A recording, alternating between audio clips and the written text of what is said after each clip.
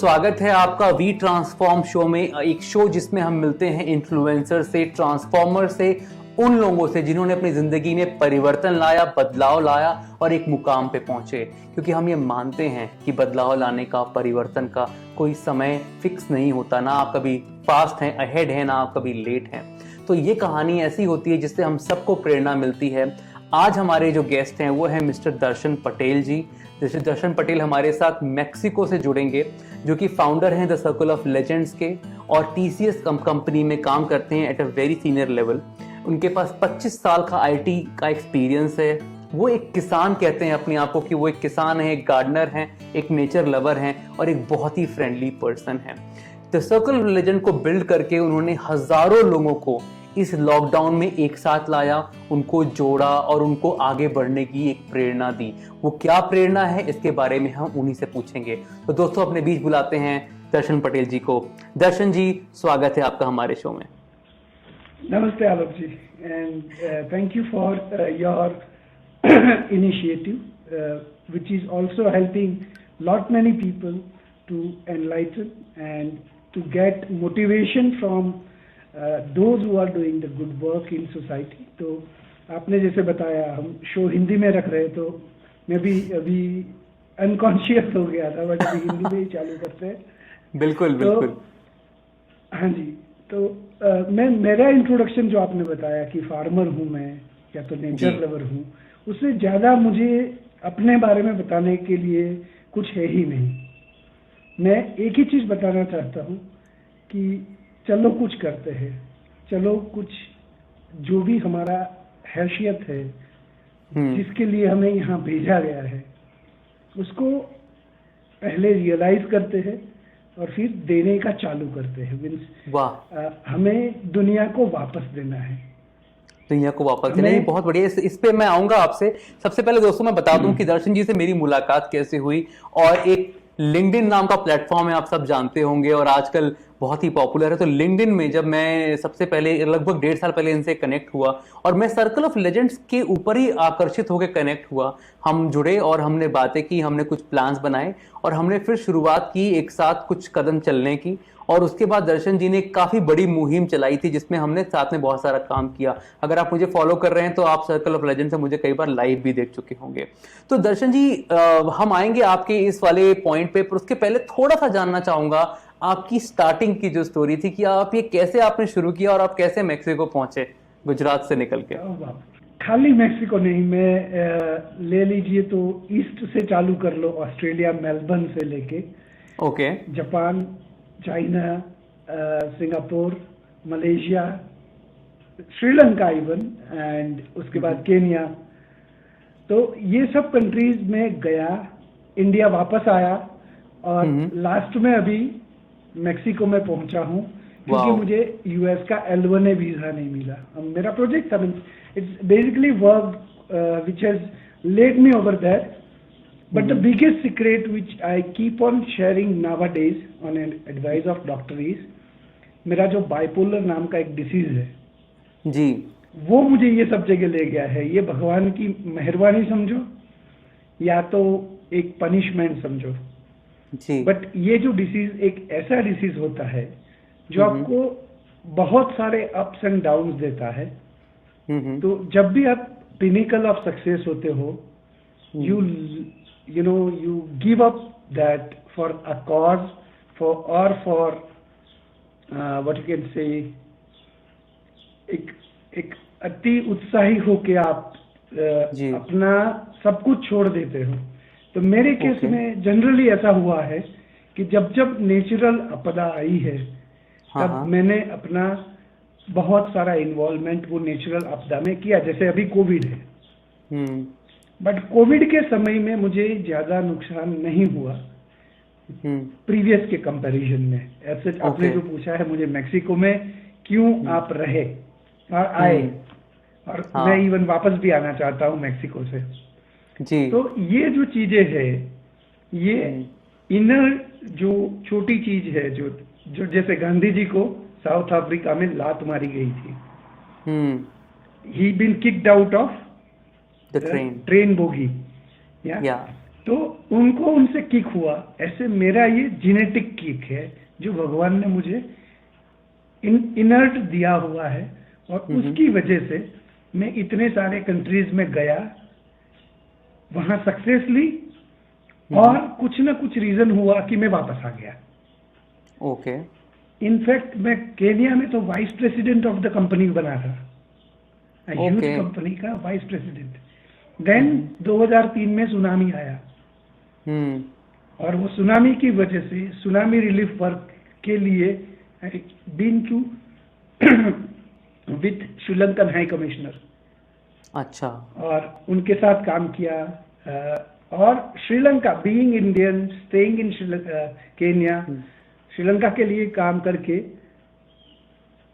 करने के बाद आई हैव रियलाइज कि नहीं, I need to be more human centric, and I have left the job. Oh. And that was nothing but a bipolar which was making me to do that. And sir थोड़ा मैं ignorant हूँ इसलिए सवाल पूछूंगा। Bipolar के बारे में मुझे नहीं पता, और शायद कुछ लोग और भी नहीं जानते होंगे, थोड़ा सा डिटेल में बताएंगे कि क्या होता क्या है इसके अंदर? हाँ जी, तो बाइपोलर के कुछ बेसिक लक्षण होते हैं, जिसमें एक तो पर्सन का मीन्स 2 स्टेजेस होते हैं। एक होता है मैनिया, एंड एक होता है डिप्रेशन। ओके। तो जो मैनिया जो होता है, in which people can do several weird things, okay, जैसे ओवर स्पेंडिंग करना, ड्रग्स लेना, over indulgence means sexual activity में ज्यादा इन्वॉल्व हो जाना, ओके, ज्यादा बोलना, ज्यादा लोगों से मीन्स अपने आप को खुदा समझना, अपने आप को किंग मेकर समझना, मीन्स ऐसा समझने लगना कि जैसे मेरे पास सब पावर आ गए हैं। Okay okay. तो ये सब जब किसी के पास मैनिया होता है तब होता है। और जब डिप्रेशन में आता है तो person doesn't do anything anything. ये एपिसोड्स बहुत ज्यादा लंबे नहीं होते, may be 2 weeks, 3 weeks, 4 weeks होते हैं, बट ये जब होते हैं it devastates the person as well as the family. Yes. तो सर कब रियलाइज किया आपने, कब आइडेंटिफाई किया आपने कि ये चैलेंज है? मैंने रियलाइज नहीं किया, मेरा रियलाइजेशन मेरे दोस्तों ने किया, and I am very thankful to them, and one of them is suffering through covid since means at this moment, and my heart goes to him like he has left his wife and he is in ICU। But anyway, so ये जो मेरे दोस्त ने identify किया कि there is something which is a pattern in this Darshan which makes him behave like this, and then they have taken me to the doctor. I was not ready because the person those who are having it they think that they are normal always. Yes. So I've been to doctor has identified, and with the support of TCS management, I've been, thoroughly medicated. Otherwise, company also do not prefer. If the companies are not like TCS, they do not prefer to have such employees. Yes, and it is very very kind of such brands to take care. In fact मैं आपको बताऊंगा, मुझे एक चीज याद आ गई। मैंने ना, अब मुझे नहीं पता कि जिनके बारे में मैंने ये लिखा था किसी जमाने में, उनको बाइपोलर था कि नहीं, पर उनको एक ये खुदा वाली जो प्रॉब्लम थी हो जाती थी कभी कभी, you feel that you are God. तो मैंने उन पे 2 लाइनों का शेर लिखा था कि अपने में ही ऐठे रहते थे, महफिल से जुदा वो रहते थे। अपने ही में ऐठे रहते थे, महफिल से जुदा वो रहते थे, आपसे पहले और भी थे जो खुद को खुदा कहते थे। खुदा कहते थे। तो मैंने, शायद मेरे दिमाग में ये आया, आपके जैसे ही बताया, मैंने कहा क्या पता उनको भी ये प्रॉब्लम हो। तो सर ये आपको इस चैलेंज ने चीजों को छोड़ने के लिए भी पुश किया, आपने ब्रेक्स लिए, वापस भी आए, आप नेचुरल कैलेमिटी में हेल्प करने चले गए, पर इस जर्नी में सर आपने ग्रो बहुत किया, आप पीछे नहीं हुए। मुझे नहीं दिखता आपके किसी भी स्टेजेस में कि आप कहीं पीछे गए। You were constantly growing. So वो क्या एनर्जी थी जो आपको बढ़ाती रही आगे? Mainly good intention. मैं जो बाउंस बैक करता था at every stage, my intentions were good, and second thing is the creativity which was inert or inside me which has made me to understand business 360 degree from starting to end. Starting means from designing to selling,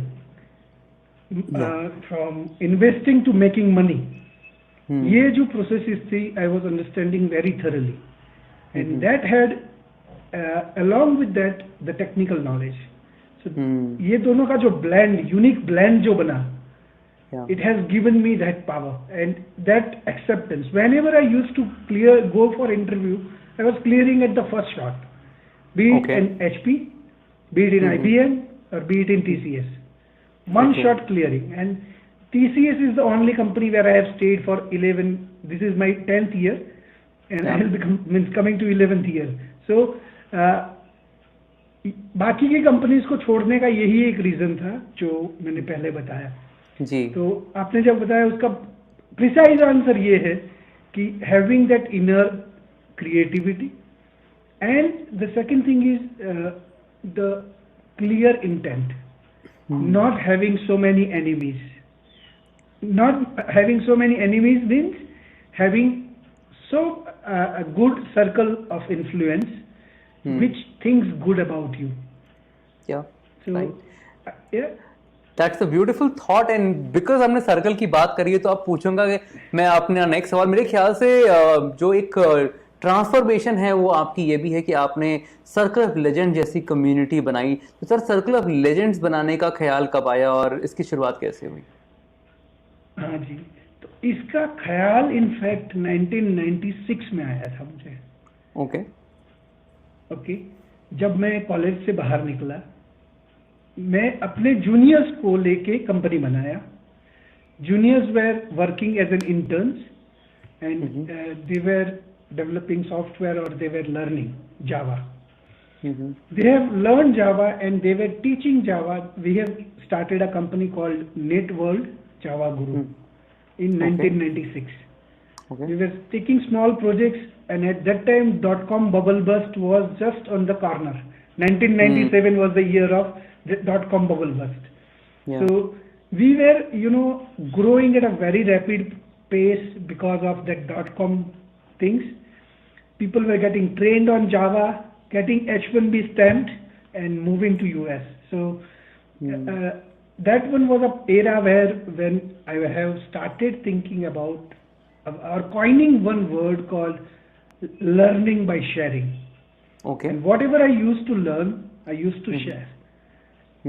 So the Circle of Legends or similar name was going to come in future. That was for sure in my mind, that I am going to come up with a community which is going to do these things. I am going to bring all those who have gone as a part of this learning by sharing process from me to US back into the circle. Yeah. So right now they are working in LinkedIn, they are working in Microsoft, they are working in Google. So even Amazon, Fidelity, AAA, Bank of America. So all these guys are going to come back and be a part of this one gradually.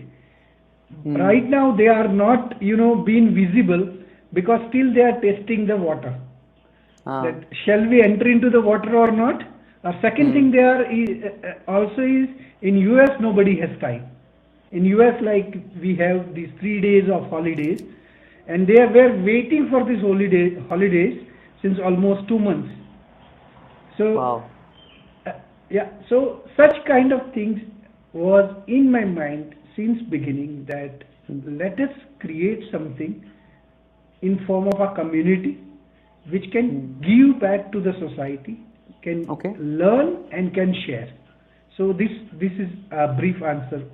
So I think that was a great start. अब जब आपने circle of legend शुरू किया तो मेरे ख्याल से हम बहुत डीपली लर्निंग पे ध्यान दे रहे थे। आपने बहुत सारे इंटर्नशिप्स भी चलाया, बहुत लोगों को सिखाया भी, बहुत स्टूडेंट्स भी जुड़े, और ये जो लर्निंग एंड शेयरिंग का इनिशिएटिव था ये काफ़ी अच्छा चला। और फिर मेरे ख्याल से जो नेक्स्ट मैंने नोटिस किया वो ये था कि using technology for the betterment of the society एक हमारा एक ब्रांडिंग था जो काफ़ी दिनों तक फॉलो हुआ और काफ़ी काम भी हुआ उसके ऊपर। तो और ये मेरे ख्याल से लॉकडाउन तब तक शुरू हो चुका था जब ये आपने इसकी शुरुआत करी। तो ये इसके पीछे क्या बैकग्राउंड था? Why you wanted to let technology help people in some way? What was the intent behind it? So in the very first month, me and Sunny Nagpal, you must be knowing, we have realised. Sir आप बिल्कुल हिंदी में नहीं बोल रहे हैं, आप पूरा English में आ गए। ओ बाप रे। तो हमने और सनी नागपाल जी है, उन्होंने रियलाइज किया था कि बच्चों को सबसे ज्यादा इम्पैक्ट होने वाला है इसका, जो लॉकडाउन आएगा उसका। तो हम लोगों ने मार्च महीने में ही चालू कर दिया था स्टोरी टेलिंग सेशंस बच्चों के साथ। और सनी नागपाल जी लेट नाइट तक जगते थे उसके लिए। अच्छा। और बच्चों को स्टोरी सुनाते थे मैक्सिको में, यूएस में, इवन तब ऑस्ट्रेलिया में भी तो मीन्स लेट नाइट या अर्ली मॉर्निंग होती थी। सिंगापुर में से बच्चे ज्वाइन होते थे। तो ऐसे करके हमने एक छोटा सा कम्युनिटी बनाया बच्चों के लिए और उनके पेरेंट्स के लिए। ओके। ऐसे हमने 8 सेशन तक चलाया। बाद में पेरेंट्स की तरफ से ही पुशबैक आया कि हमारे अभी रेगुलर क्लासेस ही ऑनलाइन इतने चालू हो चुके हैं कि हमें हमारे बच्चे उसमें एंगेज हो गए हैं। तो फिर हमने जैसे जैसे जरूरत लगी, हमें तो देना था कम्युनिटी को, मीन्स एक फॉर्म में दे या दूसरे फॉर्म में दे। तो फिर हमने चालू किया इंटर्न्स के लिए। तो इंटर्न्स को भी हमने बहुत सारी चीजें दी, SAP सिखाया उनको, होटल मैनेजमेंट एंड IT का कॉम्बिनेशन सिखाया, सेल्फ डेवलपमेंट सिखाया। ये करते करते भी एक स्टेज ऐसा आया जहां पे हमने रियलाइज किया कि there are an number of avenues where youth are getting this and they are also getting overwhelmed by this. तो फिर हमने उसको भी थोड़ा नीचे ले गए कि हाँ, अभी उससे भी काम नहीं बनने वाला है।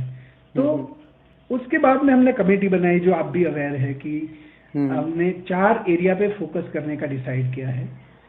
Students, professionals and entrepreneurs, educators and elderlies और सीनियर सिटीजन। तो हमारा पहला प्रोजेक्ट चालू होगा सीनियर सिटीजन्स के लिए, क्योंकि उनके लिए अभी सबसे कम काम हो रहा है जी। बाकी ये तीनों जो कम्युनिटी है, इवन हमने जो इन बिटवीन काम किया वो एजुकेटर्स के लिए भी किया, जिससे हमारे पास बहुत सारे एजुकेटर्स भी जुड़े हुए हैं जी। तो ये जो 4 पिलर है हमारे, और या तो 4 स्ट्रीम है, उस पे हम अलग अलग मूव करते गए। तो आपके जो सवाल का जवाब है कि आपने एक जगह से दूसरी जगह से तीसरी जगह टेक्नोलॉजी का यूज करने का शिफ्ट कैसे किया, और how you have decided to use moving from one place to another is based on demand, कि कौन सी डिमांड है। And the second thing is in between कोई एक्टिविटी रुक नहीं जाए, इसलिए हमने कोविड हेल्पलाइन भी चालू किया है। Okay okay, that's beautiful. I think sir आजकल मैं इसकी बात करूंगा, आजकल बहुत बड़े बड़े इन्फ्लुएंसर्स, ग्लोबल लेवल के influencers, people like the legends like Tony Robbins and all are talking about कि the next thing in the world will be communities, because ये इंटरनेट का डेटा और ये सोशल मीडिया इतना ब्रॉड हो गया है, इतना ओवरवेलमिंग हो गया है, इतना कुछ हो गया है कि लोगों को समझ में नहीं आ रहा है जाएं कहाँ और बात क्या करें। तो अब दुनिया धीमे धीमे कम्युनिटीज में सीमित होगी और वो एक अपना स्वीट सर्कल लोग ढूंढेंगे जहां कुछ अपने जैसे लोग, अपने विचार वाले लोग। और ये सर पहले भी था, पहले हम क्योंकि हम इतने कनेक्टेड नहीं थे तो अपने हर गांव में अपना एक होता था समुदाय, वही चीज वापस बनने वाली है। तो आपने तो कम्युनिटी को 1 साल इतने अच्छे से चलाया है, तो कम्युनिटी रन जो करना चाहते हैं और जो कम्युनिटी बिल्ड करना चाहते हैं, उनको क्या एडवाइस देना चाहेंगे आप सर? तो सबसे पहली एडवाइस एक ये है कि कम्युनिकेशन करें, बट ओवर कम्युनिकेट मत करें। मैंने भी वो गलती की थी कि आपने व्हाट्सएप ग्रुप बनाया और उस पर हर रोज एक मैसेज डालने लगे तो लोग ओवरवेल्म हो जाएंगे। तो ऐसा कतई मत करें कि लोगों को ओवरवेल्म कर दे। व्हाट्सएप ग्रुप इंफॉर्मेशन के लिए बनाए, उसके अंदर मार्केटिंग का पार्ट एक सेपरेट रखे। अगर आपको करना भी है तो एक इंटेलिजेंट सिस्टम एस्टेब्लिश कीजिए कि जहां पे आपके मेंबर्स मार्केटिंग कर सके। And what I suggest is एक फेसबुक का पेज बना लीजिए जहां पे जाके मार्केटिंग हो, खाली जिसको इंटरेस्ट हो वो मार्केटिंग करे। बट आपकी इवेंट्स हो और या तो आपका व्हाट्सएप ग्रुप हो, वो एकदम क्लीन होना चाहिए। It should not be full of advertisement. The third thing which I realise is connect, कि एटलीस्ट आपकी कम्युनिटी का मंथली वंस कनेक्ट होना चाहिए, and those who are having time weekly connect होना चाहिए। बियॉन्ड दैट 1-to-1 कनेक्ट भी उतना ही जरूरी है। तो have a community of 100 people each or maximum, those who can meet monthly once, and 10 people each who can meet weekly, or even can call each other and get motivate each other, handhold each other।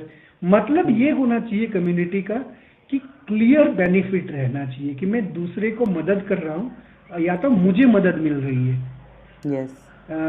And मदद in terms of money कभी भी नहीं होना चाहिए। जब भी M factor बीच में आएगा, it will create a huge mess. So M is equal to mess. Money को बीच में तो मनी को बीच में लाए बिना कम्युनिटी को बनाए। Money should be a by product. आप रेफरेंस दो और वो बंदा अगर कैपेबल है, and if he can make money out of that reference, nothing like that. And it is very powerful. I have witnessed some powerful communities. In fact, I'm a part of a physical community here in Gurgaon, which says it is offline. It does not go online. These are the people who meet every weekend, either on a Saturday or Sunday. And in that community, there is a WhatsApp group. There is a strict rule that in that community, you're not allowed to sell something to the people of the community. If you're making a product and if you want others to experience, you distribute it for free. That you can do. And if they like it, they will anyways call you कि यार ये मुझे और भी चाहिए, कि how can I buy from you? But you cannot sell. There are rules which are set, and I think there is a reason behind it. That's what आप जो कह रहे हैं कि कम्युनिटी में एम फैक्टर आना नहीं चाहिए, बिकॉज फिर वो कमर्शलाइज हो जाती है। हम सब जानते हैं, न जाने कितने ऐसे व्हाट्सएप ग्रुप हमने ज्वाइन कर रखे हैं जहां पे लोग अपना प्रमोशन तो कर रहे हैं, पर हमने उस ग्रुप को म्यूट करा हुआ है, हम उसको जाके देखते भी नहीं हैं। और ये बहुत ही कड़वा सच है जो लोगों को समझ में आना चाहिए।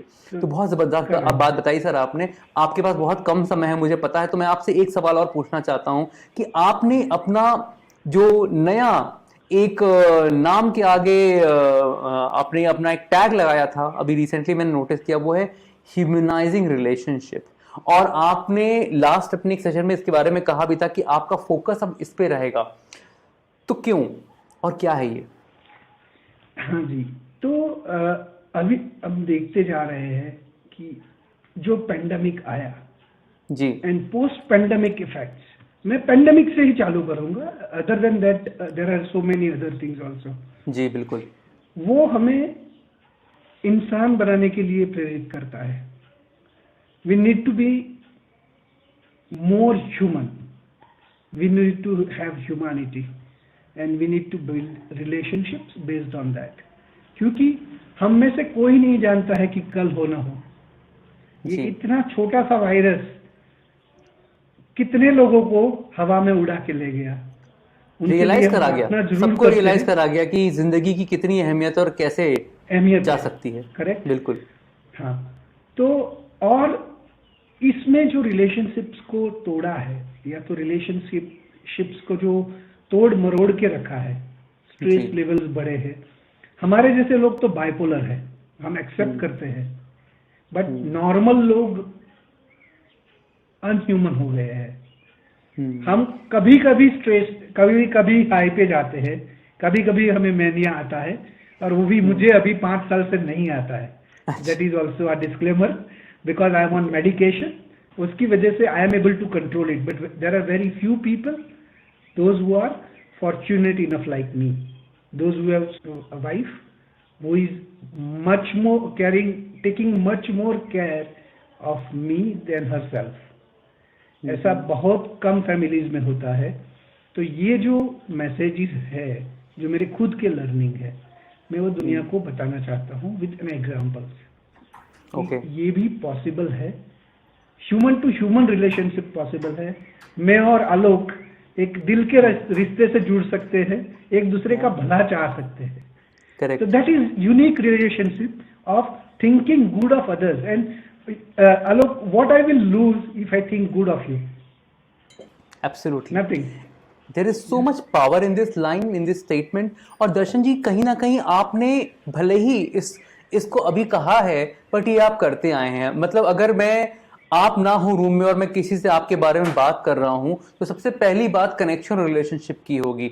जैसे कि आपने शुरुआत की, सर्कल लेजेंड बनाया, 4000 फॉलोवर लिंक्डइन में आए, और ना जाने बाकी मीडिया, मेरे पास सारे नंबर नहीं है, इतने सारे लोग जुड़े.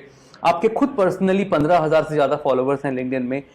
इनमें न जाने कितने लोग एक दूसरे से मिल पाए, कोलैबोरेट कर पाए, एक साथ काम कर रहे हैं, एक साथ जुड़ के लाइव सेशंस कर रहे हैं, एक साथ बिजनेस कर रहे हैं. There are people who have collaborated because of your initiative. So I think कहीं ना कहीं रिलेशनशिप तो आप ऑलरेडी बिल्ड कर रहे थे. अब आप स्ट्रेट कट फैमिली के रिलेशनशिप को ठीक करना चाहते हैं, और ये बहुत ही खूबसूरत ख्याल है, बहुत ही ब्यूटीफुल थॉट है आपका. तो सर, एक मैसेज अगर आप मेरे ऑडियंस को देना चाहें, बहुत अच्छी बात होगी. आप क्या मैसेज देना चाहेंगे? सर जी, मैसेज में शेरो शायरी में तो नहीं दे सकता, बट स्ट्रेट में एक ही लाइन बोल सकता हूँ कि हम्बल बनिए, रियलिटी को एक्सेप्ट कीजिए, और आगे बढ़ने का जरूर रखिए. अगर ये आप रखेंगे तो डेफिनेटली आप खुद को हेल्प कर पाओगे फर्स्ट, और अगर खुद को हेल्प कर पाओगे तो आप दूसरों को भी हेल्प कर पाओगे. तो मैं जो बोलता हूँ ना, giving back to others starts with if you have. मैं ये ग्लास, अगर सपोज ये ग्लास खाली है, so I cannot fill another glass. So I cannot give back to the society if I am empty. So be powerful first, be capable, and then start giving to others. So this is beautiful दर्शन जी. ये सब जान के बहुत ही अच्छा लगा. अब मैं आपसे लास्ट सवाल पूछना चाहता हूँ कि आप आगे क्या करना चाहते हैं, आगे का प्लान क्या है, कुछ उसके बारे में बताइए. पहली चीज ये है कि मैं खुद बाइपोलर हूँ, मैं पेन जानता हूँ. तो मुझे लोगों को बताना है कि ये पेन है, बट ये स्टिग्मा नहीं है. ये मीन्स ये दुख की बात जरूर है, बट इससे दूर नहीं भागना है. तो अगर फैमिलीज इसको एक्सेप्ट करेंगे और सपोर्ट करने के लिए खुद को मजबूत बनाएंगे, जैसे मेरी वाइफ ने मजबूत बनाया है खुद को उसने इतना कैपेबल बनाया. ये इतने सालों की हमारी जो अप्स एंड डाउन्स को देख के,